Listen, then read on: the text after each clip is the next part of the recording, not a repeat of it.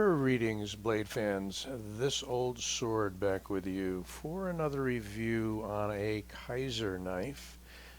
This, if it works out well, should be a quick overview of nice little EDC knife. Picked this up the other day, trying to get some budget knives and kind of do some comparisons. So you'll see more of those out there on my videos. This is the Kizer Domin, and it's part of the Vanguard series of knives. Comes in handy dandy little vacuum made plastic slip out holder, whatever you want to call that. All the Kizer knives come with this nice little catalog, instructions, and so forth in a packet in a little black envelope. And there is the knife. These are usually a challenge to get out of the blister pack here, but this one came out pretty easily. I do the unboxing just so you can get the experience of what you'll get if you do buy one. This is meant to be a nifty little basic, simple, no frills EDC knife.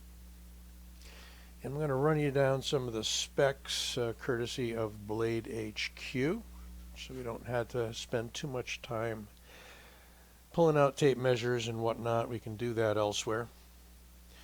The overall length of this knife is 8 inches. The blade is 3.46 inches, cutting edge 3.375. Has a blade width, that is height, top to bottom, of 0.875. A thickness of 0.13 inches. It is made of VG10. It's considered to be a drop point. Has a flat ground blade and is stonewashed.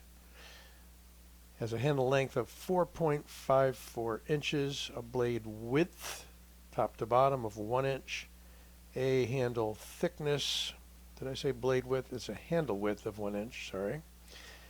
A handle thickness of 0.46 inches, and the material is G10, and it is brown.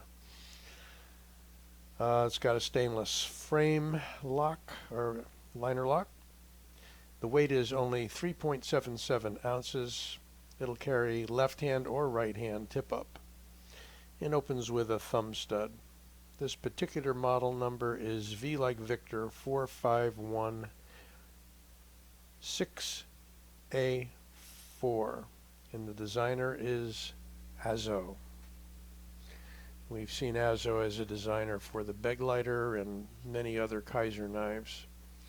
But there you have the very nice flat ground VG10 blade. Fair amount of meat.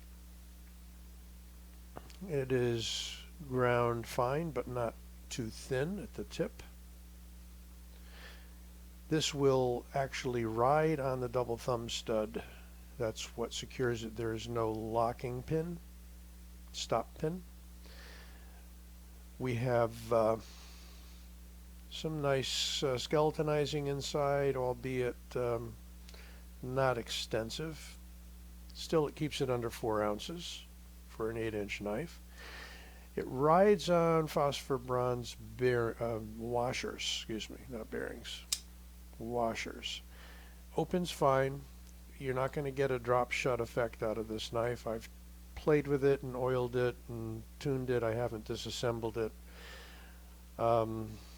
Kizer has the habit of using some rather small torques there. I think they're like a T5. My T6 wouldn't fit it. But that is like a T10, if I'm not mistaken, having played around with it last night. So opens easily enough. Not a problem. Fast action. Locks up tight. No side-to-side play, no lock rock. And the clip is not a deep carry.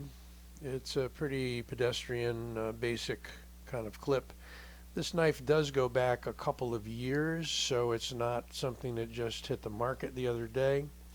They are still available, so it seems to be a good seller. Comes in around $55, I believe, 55, 59, somewhere in there. Might be able to get it for less elsewhere. And what else can we say about it? It's got some nice neutral ergos. No jimping on the back of the blade. But, you know, you do have the ability to switch the clip around, which is nice. And we'll do a comparison or two with some recent stuff. So in the same price range, we have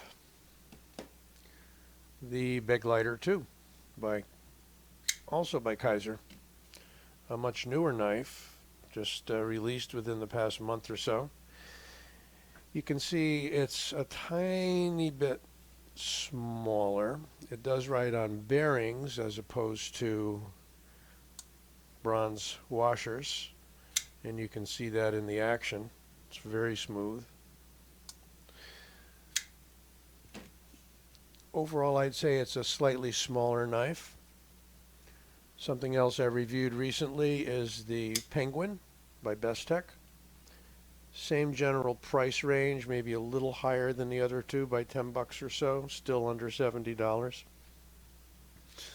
It's a bigger knife, as you can see, if I haven't got out of frame. So a little bit longer and a little bit taller. And up against some standard fare. Let's look at it next to the Benchmade Griptilian. So pretty close to the same length. You're getting more handle with the Griptilian, and you're getting a similar size blade. You got a lot wider handle with a Griptilian. You got a longer handle. You got, as with its name, grip. You're going to Griptilian it. What did we leave out? Well, we got a little bit of a lanyard hole there, very minimal, that is part of the backspacer, and that is made out of what appears to be G10. But it's a nice high flat ground blade, should sharpen up well. It comes through reasonably sharp. You could probably improve on that. The VG10 should sharpen up well. Some say some companies don't harden it properly. I'm hearing from other sources that Kizer does a very good job with their VG10. So you might like it. Again, nice basic no frills opener. And the word Domin, as I understand it, let's see if I can pull that up before we leave. Because I like to, you know, these names, they pull them out of hats, I guess, or somebody decides to name. There's so many knives out there, I think we're going to run out of names. I don't know. But it's a term used in a situation where an opponent, well, is getting treated, owned. No, that's more like a modern. I think it has to do with, oh, I had it there for a while too. You don't want to look in the Urban Dictionary because you're not going to get the original meaning. Here it is. It's French from an old domainer, feudal lord, hence perhaps a nickname for somebody who behaved in a lordly manner. There you go. So you want to join the royal ranks, you can pick this blade up. Hope you enjoyed this quick overview of the Kizer Vanguard series Domin. A nice little EDC knife, something you might be interested in.